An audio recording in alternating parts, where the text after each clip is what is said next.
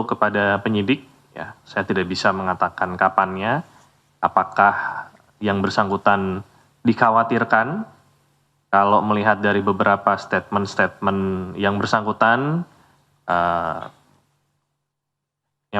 menyatakan akan taat hukum, akan menjalani prosesnya, dan itu menjadi kabar baik tentunya untuk penyidik maupun pihak-pihak lain, ya, untuk memberikan contoh bahwa siapapun yang terlibat, baik itu saksi maupun tersangka, untuk bisa bersikap kooperatif dalam prosesnya dan tidak melakukan tindakan-tindakan yang bisa mengakibatkan terhambatnya proses penyidikan, penuntutan sampai dengan persidangan nanti.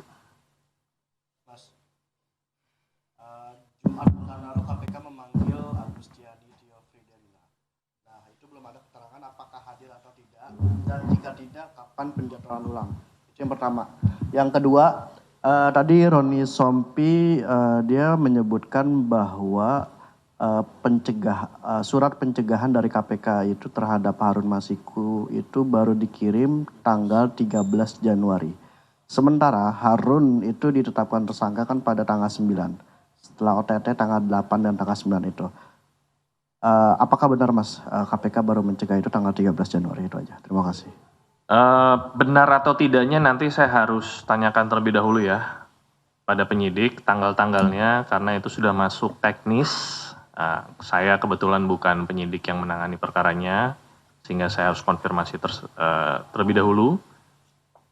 Nanti tolong di follow up dengan WA ya Mas Jamal terkait itu.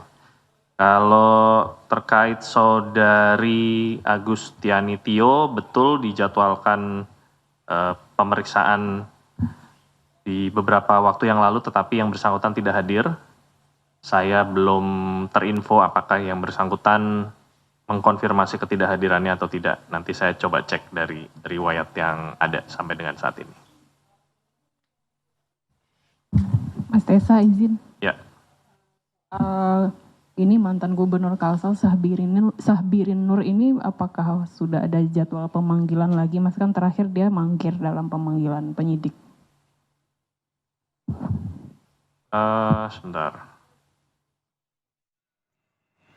Baik saudara, soal pengembangan penyidikan kasus Harun Masiku kita akan berbincang dengan Zainur Rohman, peneliti Pukat UGM. Selamat sore Mas Zainur. Selamat sore Mas. Mas Zainur, sebenarnya seberapa penting keterangan dari mantan Dirjen Imigrasi Roni Sompi dalam kapasitasnya sebagai mantan Dirjen Imigrasi? Ini bisa nggak mengungkap kasus Harun Masiku? Ya, menurut saya penting ya. Mengapa? Karena kan Dirjen Imigrasi ini mengetahui perlintasan Harun Masiku. Pada tanggal 6 Januari 2020, Harun Masiku terbang ke luar negeri dengan tujuan Singapura. Pada tanggal 8 Januari 2020, KPK melakukan operasi tangkap tangan terhadap beberapa orang, khususnya Wahyu Setiawan. Nah, di tanggal 7, sebenarnya Harun Masiku sudah kembali ke Jakarta dari Singapura. Tetapi menurut imigrasi waktu itu dikatakan bahwa Harun Masiku ini masih berada di luar negeri. Keterangan ini kemudian direvisi melalui konferensi pers di tanggal 22 Januari. Di sana dikatakan bahwa terjadi delay time pemrosesan data imigrasi di Bandara Soekarno-Hatta yang kemudian mengakibatkan terlambatnya diketahui informasi bahwa Harun Masiku itu sudah ada di Indonesia. Sehingga menurut saya pemeriksaan terhadap Roni Sompi ini sangat penting untuk mengetahui permasalahan perlintasan batas negara Harun Masiku secara utuh. Apakah juga misalnya keterangan soal delay time itu memang benar, real, faktual, atau ada sesuatu di balik itu semua. Dan juga yang menarik, Mas Ihsan, ternyata di tanggal 28 Januari, Roni Sompi ini dicopot oleh Menkumham waktu itu, Yasona Lawli. Nah, ada apa hubungan antara Yasona Lawli dengan Roni Sompi? Apakah terkait kasus Harun Masiku atau mempersoalkan soal delay time pemrosesan data perlintasan itu? Jadi menurut saya semua awan gelap ini harapan kita bisa tercerahkan dengan pemeriksaan Roni Sompi. Kita ingat saat ini Yasona Lawli dalam posisi dicegah tidak boleh bepergian ke luar negeri selama 6 bulan oleh KPK. Saya berharap bahwa pemeriksaan Roni Sompi ini bisa membuat semuanya menjadi terang, Mas Ihsan. Termasuk juga simpang siurnya keberadaan Harun Masiku ini sejak Januari 2020 lalu itu juga diwujudkan karena ada perbedaan pendapat antara Dirjen Imigrasi dengan Menkumhamnya saat itu, Yasona Lauli. Anda melihatnya bagaimana setelah Yasona diperiksa, kemudian Roni Sompi juga diperiksa hari ini bisa jadi titik terang nggak bagi KPK untuk mendapatkan Harun Masiku? Harusnya semua menjadi terang ya. Dan pemeriksaan ini kan bersifat pro justisia. Siapapun yang memberikan keterangan palsu ya bisa dijerat dengan obstruction of justice. Oleh karena itu menurut saya ini satu fase yang cukup menentukan dan harapannya pemeriksaan ini bermanfaat setidak-tidaknya untuk dua hal. Untuk mengetahui sebenarnya ketika terjadi lintas batas Harun Masiku waktu itu, bagaimana posisi di Dirjen Imigrasi itu, pencatatannya, kemudian pelaporannya, penginformasiannya kepada publik dan KPK dan seterusnya. Dan yang kedua, menurut Dirjen Imigrasi sebenarnya Harun Masiku itu posisinya ada di mana begitu ya.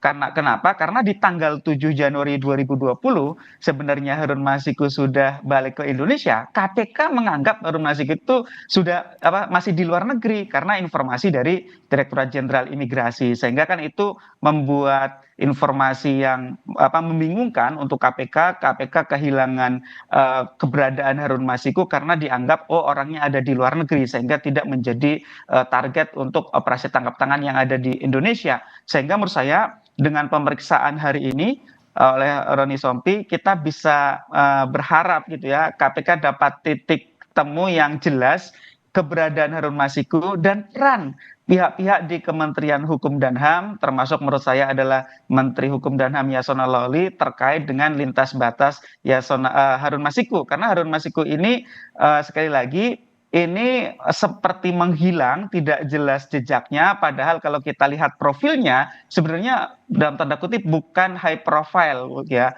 Nah, sehingga ini kan kita ingin lihat siapa saja sih yang memberikan perlindungan kepada Harun Masiku, memberikan bantuan, membantu Harun Masiku untuk melarikan diri atau bahkan mungkin menyembunyikan. Sehingga menurut saya apapun pemeriksaan yang dilakukan oleh KPK terhadap Roni Sompi, terhadap pejabat-pejabat di Kementerian Hukum dan HAM waktu itu yang kemudian sekarang menjadi Kementerian Imigrasi, harapannya bisa mendudukkan permasalahan Harun Masiku itu secara jelas. Karena tidak hanya untuk suapnya Bang Ihsan, tetapi yang juga tidak kalah penting adalah tindak pidana obstruction of justice, merintangi penyidikan, yang menurut saya inilah yang sedang didalami oleh penyidik KPK. Bang Ihsan. Ya, kita nantikan seperti apa langkah KPK mengembangkan kasus ini dan terutama menangkap Harun Masiku yang sudah buron 5 tahun. Terima kasih Zainur Rohman, peneliti Pukat UGM, sudah berbagi pandangan bersama kami di Kompas Petang.